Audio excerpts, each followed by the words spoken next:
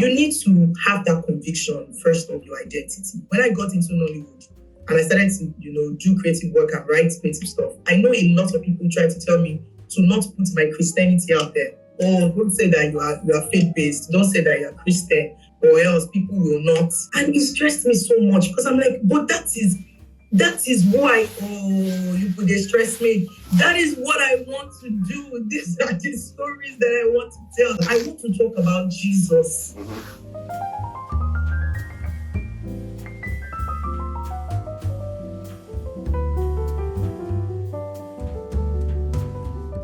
My name is Fokwe Adiola. I started We Transcend Media almost a year ago now. And our goal is to kind of start a movement for positive content in the world.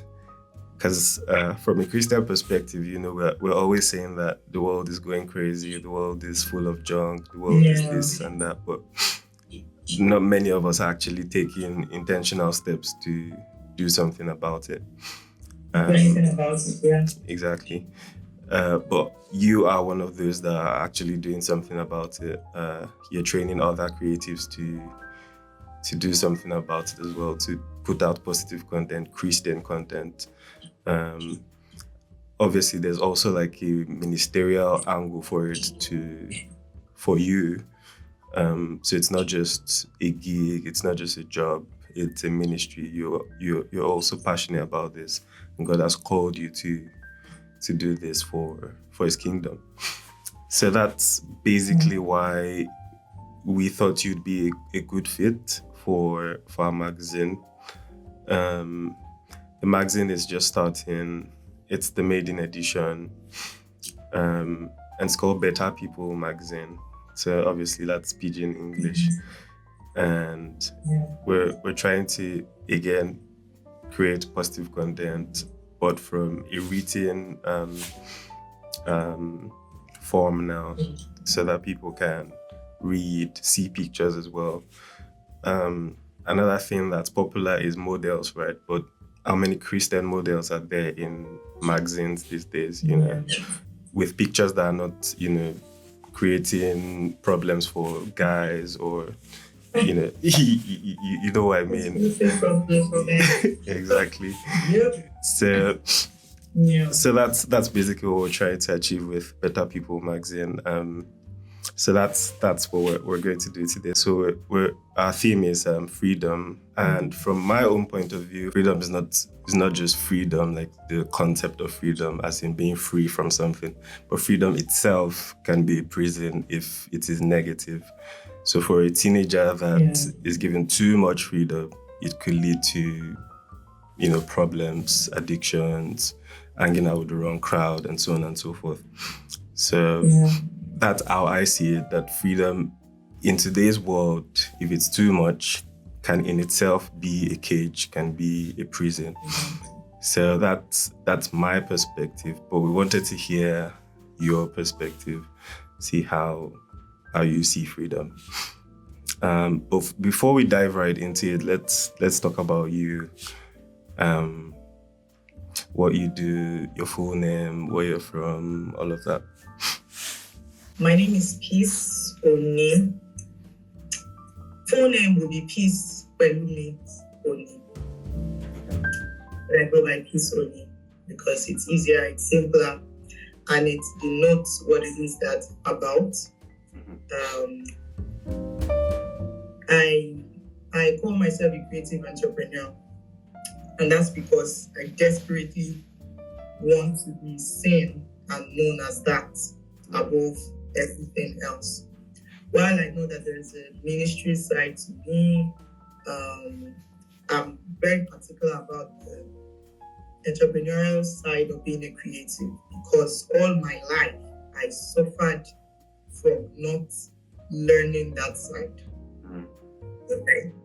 I was broke for the longest period of time, and I can't even categorically tell you that I'm completely out of that, right? And that's the reason why it became important for me to learn the making and management of money and to teach as many creatives, especially Christian creatives, because I realized that we are the ones with the major challenge when it comes to money, right? To teach as many as possible, because I also consider my life to be a learning instrument. I live my life very openly. I tell people that everything that I create is from a true place. I have never created any content that didn't come from a form of truth, whether it's something I've experienced or I've seen someone experience, right? So, that's it.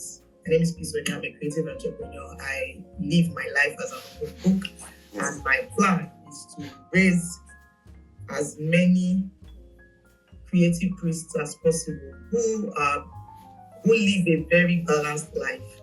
Yeah. Balance is big for me. So yeah, that's it in a nutshell. Oh, I'm from Osun State, Yoruba. Yeah, I'm from Oyo State. Look at that, I would never have guessed. That's a lie, I guessed. That's a lie. But I did that for you. People say I'm Igbo self because of my face. My mom is from Edo State though, but properly Yoruba. Igbo to be precise. Wow. I mean, I would never, but I mean, I think it's the name for me. I'm like, Fokwe. Sounds something, Oyo, Ikiti, those people that take names seriously. More Fokwe Fuloa, yes, exactly. Look at that. So yeah, good to meet you, Peace. So my first question would be, do you think we live in a free world? I mean, we live in a world where America is kind of like the world power and they always talk about freedom. But do you think the world is free? Like, people are free in this world? I mean, I think we say it a lot. We talk about it a lot. But I don't think that anyone is particularly free. We just all choose the chains by which we are bound. But whether you know it or not, you are under a particular form of chain, or you are slave to something. Whether an ideology, whether culture, whether trends, whether peer pressure, whether some people's policies, you are under, so like you're not entirely free. Even your thoughts are inspired by something that you've seen or something that is constantly played over and over to you. Even your decisions are made based on something that is constantly fed to you, So no one is entirely free. We just choose the terms by which we are bound. You get to choose. You can decide. You can decide that, this is not going to be my chain, or this is going to be my chain. So as a Christian, for instance, you decide that I'm going to be under the Christian faith, and it is my duty to follow through with everything that Christian faith, lists out as tenets. If you decide that it's not the Christian faith, it will be anything. It can be an ideology, it can be a mindset, it can be a particular tradition or culture, but no one is entirely free. I don't think we are really free. That's interesting, because I think the way you've put it now, it makes me feel like, so to you don't think being in chains per se is outrightly negative, right? You mean you can be chained to something positive. That's what you're saying. Yeah, absolutely. That's really interesting. Never thought about it like that before, so it's good to have this type of conversation. So that means you don't consider yourself free then?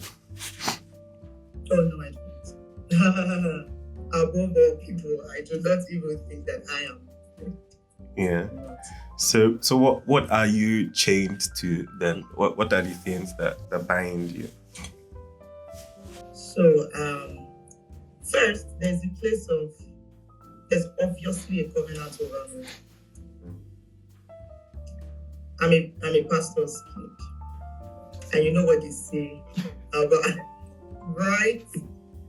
You know what they say about us, how your parents already hand you over before you even get the chance Exactly.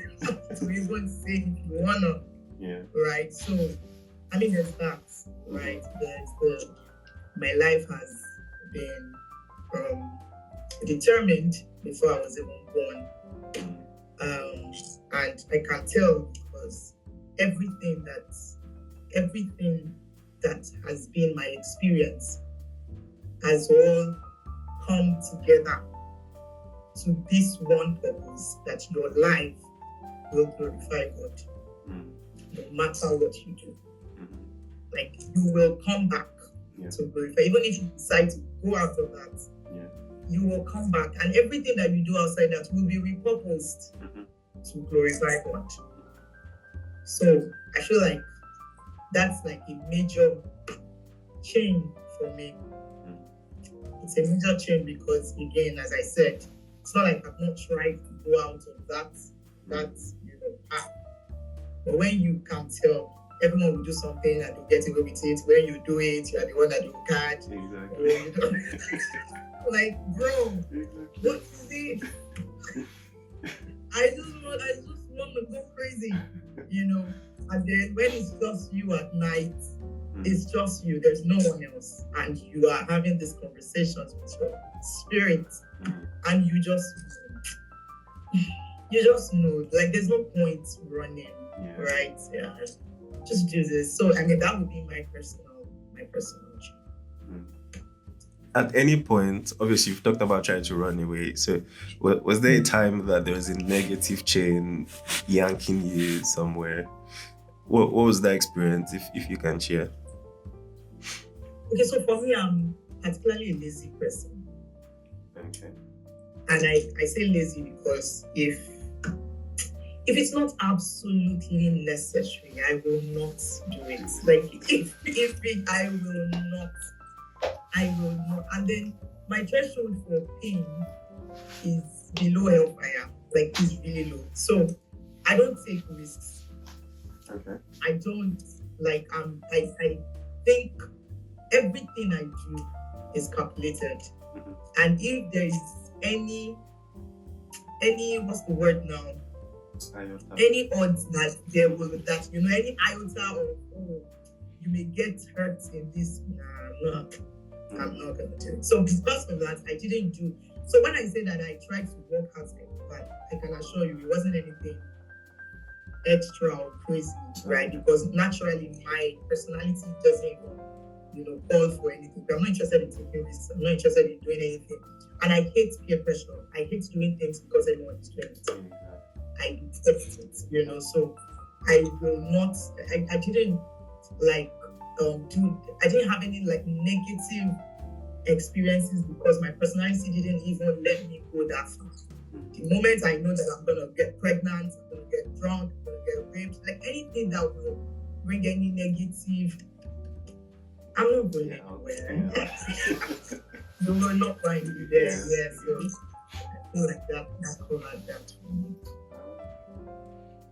You've talked about being under a covenant, and now you've talked about the negative side. Well, not totally negative, because I think that's just you trying to protect yourself. The part of you trying to protect yourself. But so what's your story from? I don't know how old you are now, but from say childhood to 33. Oh wow, 33. So from I don't know when you started to have self-consciousness. So from that point to who you are now, Peace Creations, all of that. What's the journey? What's that been like? So as I mentioned, I'm a preacher's kid. My grandfather was an Anglican bishop, and I grew up under the influence of both my grandfather, my grandmother. When my grandfather died, we would go for holidays with them. And then my parents, my dad is a redeemed pastor. My mom was a civil servant before she retired this year. She was also a pastor. And my mom was a major influence. So the agreement they had, that's my mom and my dad, was that while my dad was pastoring the flock outside, my mom would pastor the flock inside. So, and my mom did a great job. like I had to give it to her. We did not miss my dad. We didn't feel his absence. And somehow every time he was around, we knew that dad was around. Like there was no, oh, we don't know who this man is. His authority was in place. I don't know how my mom managed it. And I really think, now that I think about it, I should get her to write a book about it, because how did you manage to lead the home without emasculating the leader of the home? Right? So she did that job perfectly. We would have morning devotions that she would do. And this character I created, the pastor's wife, is actually a reflection of her. Like everything that I saw her do, and the things that I'm doing. I mean, of course, with a bit of storytelling and all, because not everything that she did before people come and grab my poor mother. But I'm just saying that strength of character and that ability to lead, I learned it from her. So I say all of that to say my journey had always been one of, of prophecy, of walking in covenant, walking in faith. I grew up, I grew up learning faith, like learning to live by the day. The problem I had with it was, as I mentioned earlier, it made me not know about money making and management, because we lived by faith. Every day was God will provide. Do you understand? And so because of that, like totally, so because of that, I did not know how to plan for the future. I didn't know anything about savings. I didn't know anything about investment. I didn't know how to actually make money, like how to make whatever it is I was doing, make money. Right? So that was like the only downside. And so when I started to do all of the ministry, like from teenage years, even from when I was really way younger than that, to be honest. But I remember my teenage years, right? Every church the parents are posted to, we would join the departments and all of that. I did all of that. But it was until 2013 before I decided I wanted to make a career out of the creative path. I'd always been creative, but make a career out of it now, that's an entirely different conversation. It's different when you're doing it in church. When you decide that this is going to be life, right? And of course, I couldn't tell my dad. I could tell my mom. I'm firstborn. Again, I'm firstborn. I'm only girl. So my mom and I are really close. She's my best friend, right? So I could tell my mom, and I couldn't tell my dad. So, and I remember my mom just, backing me up, like, okay, so what do you need at this time? And I'm like, I feel like I need to go for a training of some sort in order to make this, official. So I'd done economics in university based on POPCs and system. And then 2012, I did NYSC, and I told my mom, I was like, I want to come to Lagos. Then we're in Abuja. My family is based in Abuja. I'm the one in Lagos. So I was like, I want to come to Lagos and just do a course in screenwriting and take it from there. And she's like, okay. She paid for it. And somehow during that same period, my mom won the scholarship to go to Australia, and it covered her husband and kids below 18. So it covered everybody but me. Wow. So it was perfect. It was perfect. It was like, so since I can't go to Australia with you people, let me just try and see what this part. Meanwhile, in my mind, I was excited. My mom was devastated. Everyone else was like, oh my God, we're going to leave peace alone. In my mind, I'm like, thank you, God. You want to go, right? So I feel like my journey really started in 2013 when I did that course. I did a 3-month screenwriting course. And what that did to me also, because there were acting classes going on. Our classes used to be in the evening. So we would join we're just like 3 writers. The rest were acting students. So we joined the acting class, and I was always coming first in all of the activities as a writing student. I don't even know how they did not poison this. Like, who is this? Now that I'm thinking about it, why didn't they do something nasty? Because I was a writing student, and then I would come and be winning activities and taking. But it was from that moment that I knew that, okay, there's something here. But I really just wanted to be behind the scenes. I didn't want to be in front of the camera. But somehow I could tell that my whole life would revolve around me being, under the spotlight. But I refused that. I finished the course, went into writing, did a bit of writing for Africa Magic, independent producers. But I always got acting jobs. And every time I did those acting jobs, it would become something massive. Like, no matter how little the role was, it will blow up into, blow out of proportion and all. And I was so afraid of that because, again, I'd learned that you needed to, number one, live by faith. You needed to live by God's instruction. You need to find your purpose. Chasing that phrase, find your purpose. I hate it so much because it has been the most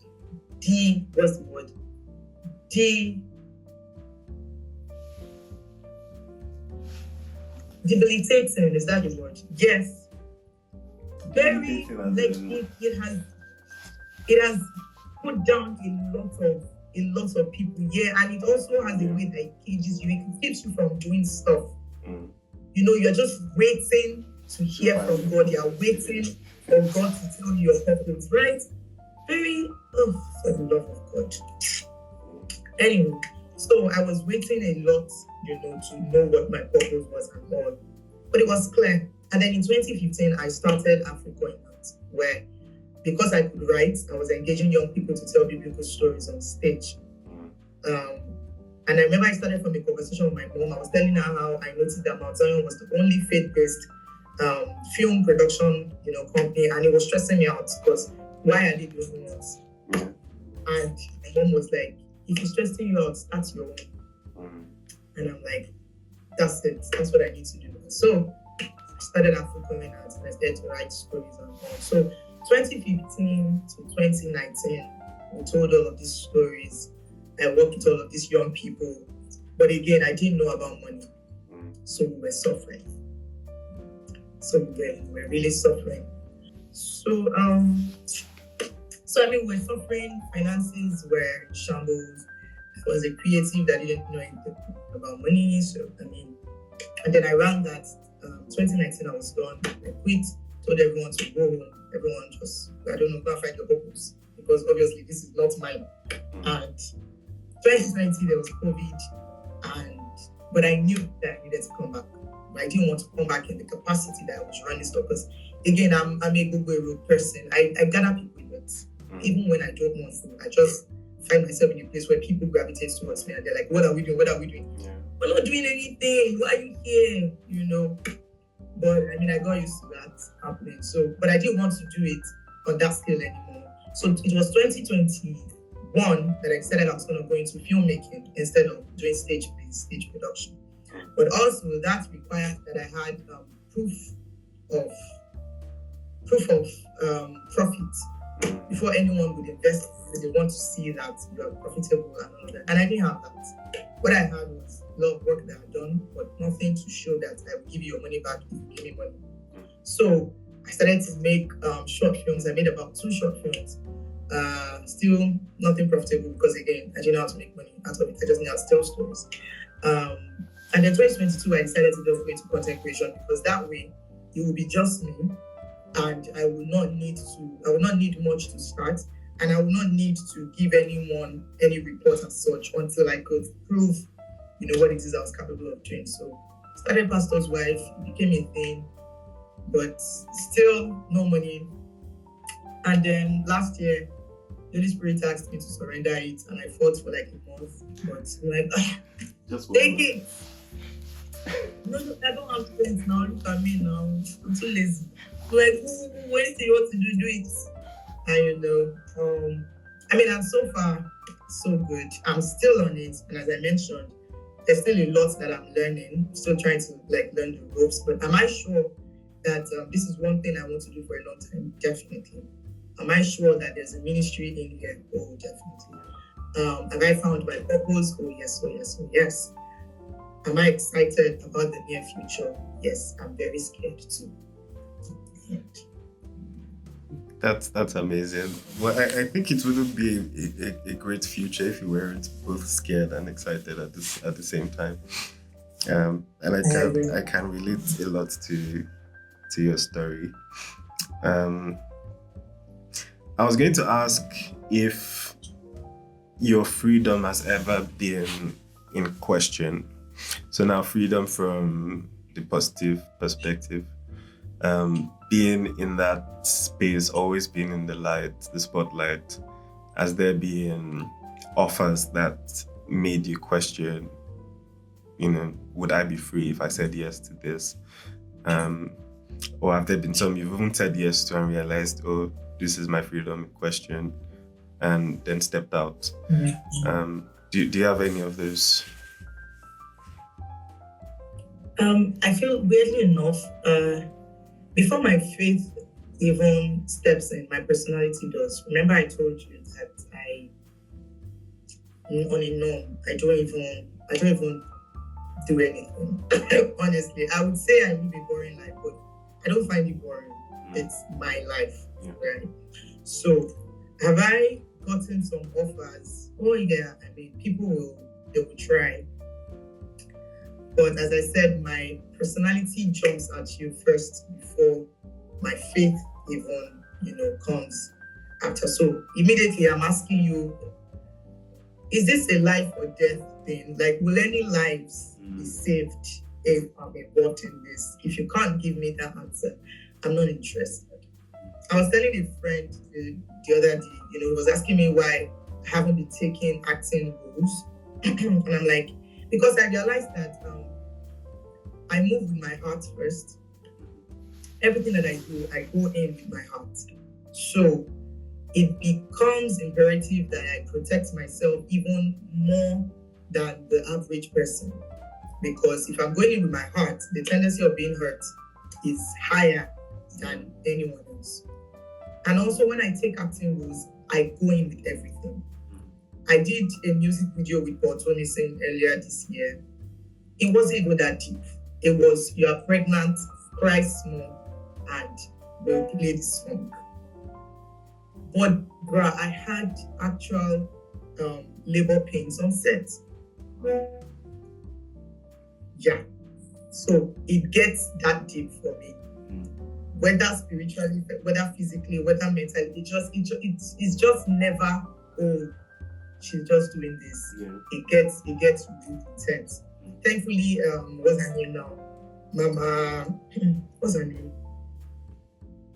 Can I forget her name? Oh my God, Tope Alabi, she got it. She knew when it started, and she prayed with me and all of that. But I'm just saying that it gets really serious for me. So none of this is a joke for me. None. And none of it is just a joke for me. So it makes me very careful of even the people that I talk to, the people that I relate with, the friends that I have, those that I allow, near me, the places I go, the things that I'm seeing with, the things that I wear, it starts, for me. So, and also, as I said, because of my personality, I think over time I'm able to build a type of system that it recognizes bullshit from a distance. I can smell it. Yeah, so yeah. So what would be your advice then to, I don't know, a younger person who is just coming into the space? They don't want to give away their freedom as well. They want to make, their own decisions and do things following their heart, following their own values. How would you tell them to approach it? So there are two things that has always been in my head, and I really thank my mom. I'm talking about her a lot, but I think that whoever it is that we become is a representation of the kind of upbringing that we have, the people that we had around us. So my mom, she's the second daughter of 6 girls born to, an Anglican bishop. So they're very self-sustaining in that house. Like they can do without friends because there's 6 of them, like they're enough. And then I'm the first granddaughter, so they adopted me as the 7th girl, right? And the mindset that I got from them was my validation is not in the hand of anyone. Like, I literally, and I'm never joking, I really don't care what anyone thinks of me. Like, I don't know how else to say it without sounding weird. Like, I genuinely, I honestly couldn't care less, right? So for me, I found my voice early. And by voice, I mean I found my person early. My mom used to tell me that when I was 3, she would be having conversations with me and people would think she had a guest. Like they would ask her, Shella Le Junior. She'd be like, oh no, peace in Mumba, gist. So I found my voice really early. And because of her, I also found my identity early. Like I knew who it is that I am. Right? And then because I'm firstborn, I'm only girl. I have 3 younger brothers. I raised them. I practically raised them. So I've been Mama P all my life. I've been mother all my life. I've been elder sister. I've been leader. Right? So that sense of responsibility has always been on my mind. I'm saying all of this because whoever it is that wants to come into a space like this, you need to have that conviction first of your identity. You need to know who you are. You need to, because a lot of voices will try to define you. They will try to tell you who you should be. A very good example is when I got into Nollywood and I started to, do creative work and write creative stuff. I know a lot of people try to tell me to not put my Christianity out there. Oh, don't say that you are faith-based. Don't say that you're Christian. Don't say that, or else people will not. And it stressed me so much because I'm like, but that is why. Oh, you could stress me. That is what I want to do. These are the stories that I want to tell. Like, oh, just make it as neutral as possible so that everyone can feed on it. I'm like, but I don't want to tell neutral. I want to talk about Jesus. And so it was that stubborn head that I brought into content creation. It was that this is who I am. And that's the reason why I'm also particular about giving a voice to more Christian content creators, because we have a lot of Christians who are content creators, but we don't have enough Christian content creators. And there's a difference, because a Christian who is a content creator will do anything. A Christian content creator is a consecrated priest. You will not do just anything. And you are very aware of your assignment and your duty. So you will not be running around the way everyone is running around. So I would say to anyone, any young person, first off, find out who you are. And you can only find out who you are by having an intimate relationship with God. Only Him can show you who you truly are. He will tell you the name He calls you. And by the time you have that locked in, the rest are small. Beautiful. I mean, I couldn't say it any better than that. Thank you so much. Peace. Thank you. So I think we'll be ending early. So just, I guess, just final words. What would you say to young people generally, to Nigerians? I personally think the problem of Nigeria is how we think, which is, again, part of why we're creating something like this. Hopefully people can start to think differently and live better lives. Because as soon as that happens, Nigeria can start to change as well. So what would you say, I mean, looking at how everything is now, from our government to our music to Nollywood and everything, what's final words generally? Just say one more thing. So we have too many badly behaved people walking around. Badly behaved. Character is rotten, whether you're a Christian or not. Because our leaders are a reflection of who we are as a people. Our leaders came right out of us. And we are too selfish. We're too self-absorbed. We're too wicked. I think that we have too many selfish, wicked people, Christian or not, especially Christians. Especially Christians. It is amazing. So, and the truth is, the fact that you're Christian isn't going to automatically, magically make you a good person. I guess the part of your soul and your spirit being saved and all of that, but your character, the work that goes into your character building is in your hand. You are the one that is going to do the work. The Holy Spirit can nudge, people can talk, but you have the responsibility to do better. So do better. Because if we can have people who will do better as employers, for the love of God, as leaders, as just people to the next person. And I'm not talking about random acts of kindness where you do and you now report. I'm not talking about that. I'm talking about just the most basic behavior to your fellow human being. Because I got into contemplation, people are like, oh my God, you and Moromodo are so close. Oh, that's what we like to see. And I'm like, that's not how you people are. Like, is that not supposed to be the norm? But apparently, it's not the norm. And that's the reason why it is so celebrated. Oh my God, you are so close. It's basic human relations. Be kind, be nice. Don't speak when you don't have anything kind to say. Think about others. Plan, do long term. Don't just think about, oh, now, what can I get now? What can I get now? That's the way our leaders think. Okay, if I don't get everything now, if I don't get, and then we are out here like, oh, what kind of leaders do we have? We have the kind of leaders that we are. We're terrible. We can be extremely terrible people. And I think that we all need to do the work to do better. Thank you very much. That's the perfect ending to a beautiful interview. Thank you again for your time. So yeah, that's it. Anything for me? Any questions? I would like to know what you think your purpose is. My own purpose. Have you found it? Personally. Yeah. Oh yes. Yeah. I think because words sometimes cannot capture the mind of God, I believe. I get that.